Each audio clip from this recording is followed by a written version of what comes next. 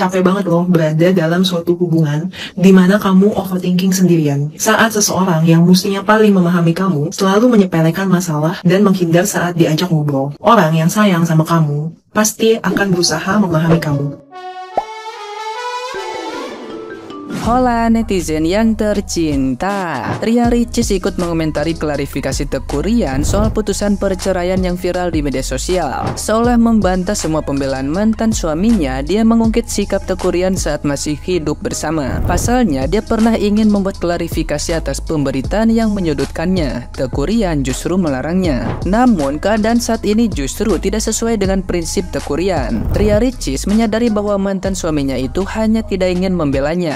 Ia pun menduga sejak saat itu Teuku Ryan sudah tidak peduli pada dirinya. Dulu waktu aku dibully netizen lalu aku minta dibela suamiku sendiri, orang itu bilang biar Allah yang balas. Kita nggak perlu klarifikasi, Allah maha tahu. Sekarang aku tahu bukan aku yang harus tunggu Allah balas. Emang orang itu yang nggak ada keinginan belain orang terdekatnya, atau nggak peduli atau malah menikmati. Ya begitulah komentar Ria Ricis. Komentar Ria Ricis itu langsung menuai atensi netizen yang berbakti. Sebagian mereka menyebut klarifikasi Teuku Ryan justru menguak aib sendiri. Nah, gimana nih menurut netizen yang terhormat? Silahkan berkomentar ya. Dari kasus perceraian orangnya, gue tuh belajar minimal kalau misalkan kita pilih pasangan, pilihlah pasangan yang setara rasa cinta sama effortnya sama kita, biar kita nggak ngos-ngosan ngejalanin hidup. Besti, lu bayangin nih, orang disuruh ngayuh sepeda pakai sebelah kaki bisa nggak? Bisa, tapi berat, pegel gitu kan, itu aja bisa jatuh kalau misalkan nggak seimbang gitu. Ya sama kayak hubungan kalau yang berjuang itu nyatanya cuma lu seorang ya, pasti hancur, pasti runtuh, pasti jatuh. Makanya Besti, kalau misalkan lu tuh punya pasangan yang rasa cinta sama effortnya itu di bawah lu, alias lu tuh masih jauh lebih cinta dan jauh lebih effort ke dia ya, jangan mau, jangan dikasih toleransi Besti.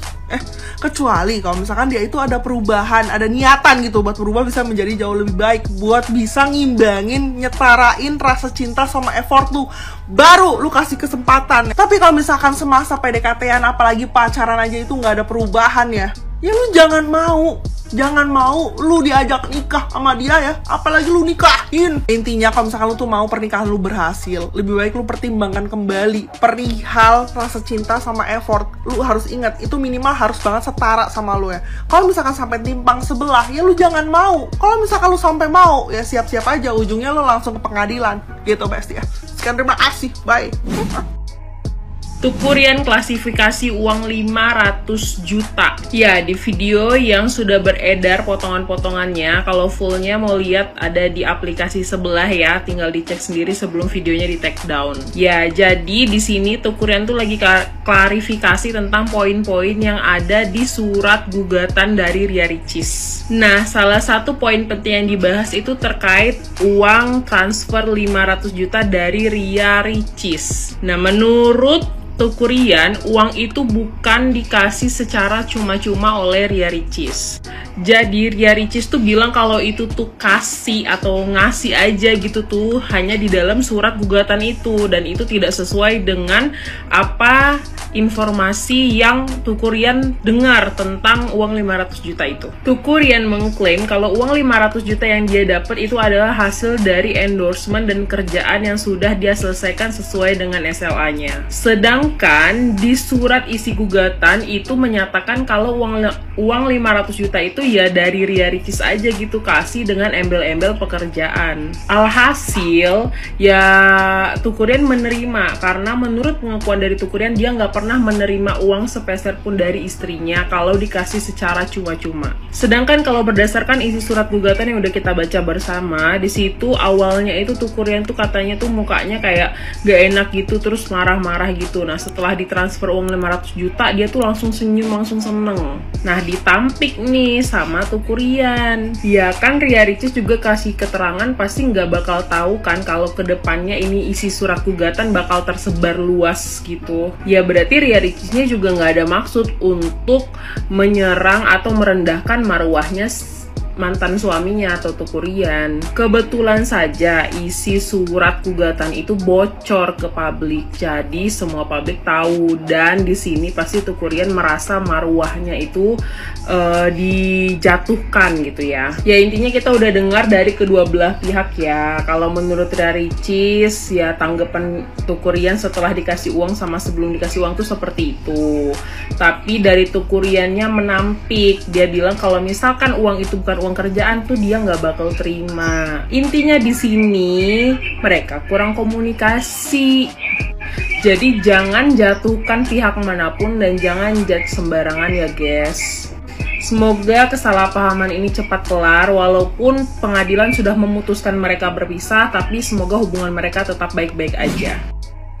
Dari kasus perceraian artis yang lagi viral saat ini, ada satu hal yang menarik perhatian aku, yaitu ternyata setiap kali sang istri mencoba untuk ngobrol atau deep talk sama suaminya, sang suami selalu menjawab, mau ngobrolin apa? Kan tiap hari kita udah bareng-bareng. Hal ini pada akhirnya ngebuat sang istri itu ngerasa kesepian dan gak punya teman untuk berbagi cerita dalam pernikahannya. Ini mungkin kelihatan simpel ya, tapi sebenarnya sangat menyakitkan bagi sang istri yang merasakan hal tersebut. Setelah cukup dewasa, aku sadar bahwa kriteria utama dalam mencari suami yang baik adalah bukan dia yang paling ganteng supaya bisa dipamerkan ke teman-teman kita, bukan yang paling banyak uang supaya bisa memberikan semua yang kita mau, dan juga bukan yang paling cepat mengajak kita menikah. Menurut aku hal-hal tersebut baik, tapi hal tersebut bukan menjadi indikator bahwa seseorang benar-benar tulus sayang sama kita. Menurutku indikator utama seorang laki-laki benar-benar tulus sayang adalah dia mau menurunkan egonya untuk benar-benar mendengarkan, berkomunikasi, dan mencoba memahami apa yang pasangannya butuhkan. Wanita dan pria itu punya tipe komunikasi yang berbeda. Wanita itu, se-introvert apapun dia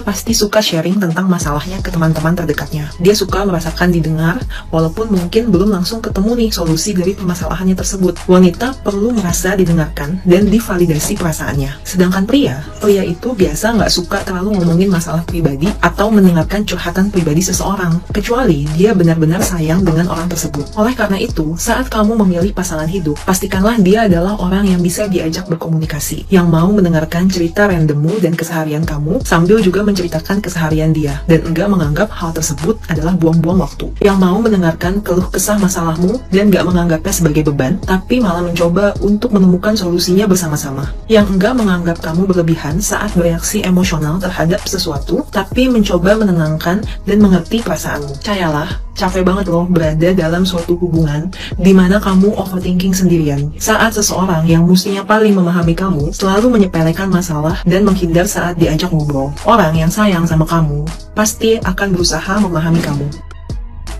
Siapa di sini yang udah baca surat gugatan perceraian Ria Ricis dan Rian? Menurut gue sih si Rian ini rada Jadi si Ria sama Rian ini nikah pada tanggal 12 November 2021 dan dikaruniai anak pada tanggal 26 Juli 2023. Tapi dari April 2022 mereka ini udah nggak harmonis. Dan di sini diketahui kalau mereka ini terakhir kali melakukan hubungan suami istri pada tanggal Januari 2023. Di sini akar permasalahannya adalah komunikasi antara kedua belah pihak. Di Ria ini habis nikah kan langsung hamil dan sedikit sensitif.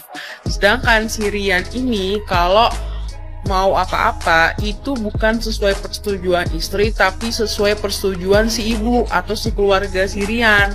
Di sini ini si Rian ini maksudnya sebagai kepala keluarga kan fokus nafkah ini harusnya kepada istri dong, pada keluarga inti gitu. Jadi si Rian ini lebih fokus ke keluarganya dan lebih nurut kepada ibunya dibanding kepada istrinya. Ketika si Ria lagi hamil dan sensitif itu kan si Ria ini butuh kasih sayang dari suami, perhatian, support. Tapi si Rian ini di sini malah kayak main sampai malam, main bola, terus ntar kalau sampai di rumah kamu tuh harus ngertiin aku, ego kamu terus yang kamu tuh orangnya keras, ego kamu terus yang harus diturutin. Pokoknya si Rian tuh di sini nggak ada sama sekali perhatian ke istri.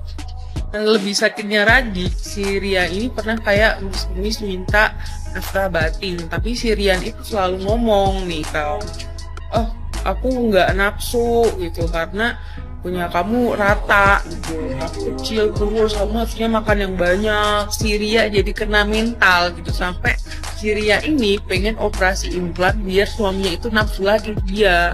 Lain beradamu, ternyata dia nyari yang agak mil gemoy. Pada bulan November 2023, si Rian ini tiba-tiba memindahkan barangnya tanpa sepengetahuan si Ria dari rumah mereka.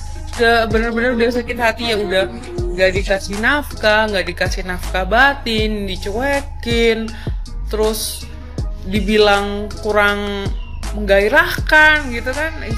Lucunya lagi kemarin gue baca pas sidang, ternyata dari pihaknya Rian itu meminta buat hak asuh Moana, tapi si Ria wajib buat ngasih nafkah. Lucu gak sih? Kebalik gak sih? Tapi akhirnya pihak dari pengadilan agama mengabulkan permintaan dari Ria, sehingga Ria dan Rian resmi bercerai dan hak asuh anak dijatuhkan kepada Ria, dan Rian wajib menafkahi Moana 10 juta setiap bulan. Di kasus ini kita wajib pelajari kalau kita mau nikah itu jangan cuma kayak kita pengen nikah gitu terus kayak siapa aja yang datang, yang penting ada kepastian gitu. Kita wajib lihat dulu karakter orangnya, seperti apa orangnya, kelebihan kekurangannya. Jadi kalau kita tahu nih kekurangannya seperti ini, kita bisa cari cara buat nge-counter kekurangan itu. Buat cewek-cewek, jangan asal kalian terima lamaran dari cowok, apalagi cowok itu nggak kalian kenal sama sekali gitu kan. Takutnya emang kejadiannya kayak gini. Kalian wajib kenal siapa calon suami kalian luar dan dalam. Oke guys, lagi heboh. Bukan lagi heboh ya, tapi heboh lagi. Kasus perceraian artis YouTuber sama apa ya, lakinya tuh kerja apa sih? Nah itulah ya, maksud saya gue bukan yang mau ngejengkalin orang atau gimana gitu ya.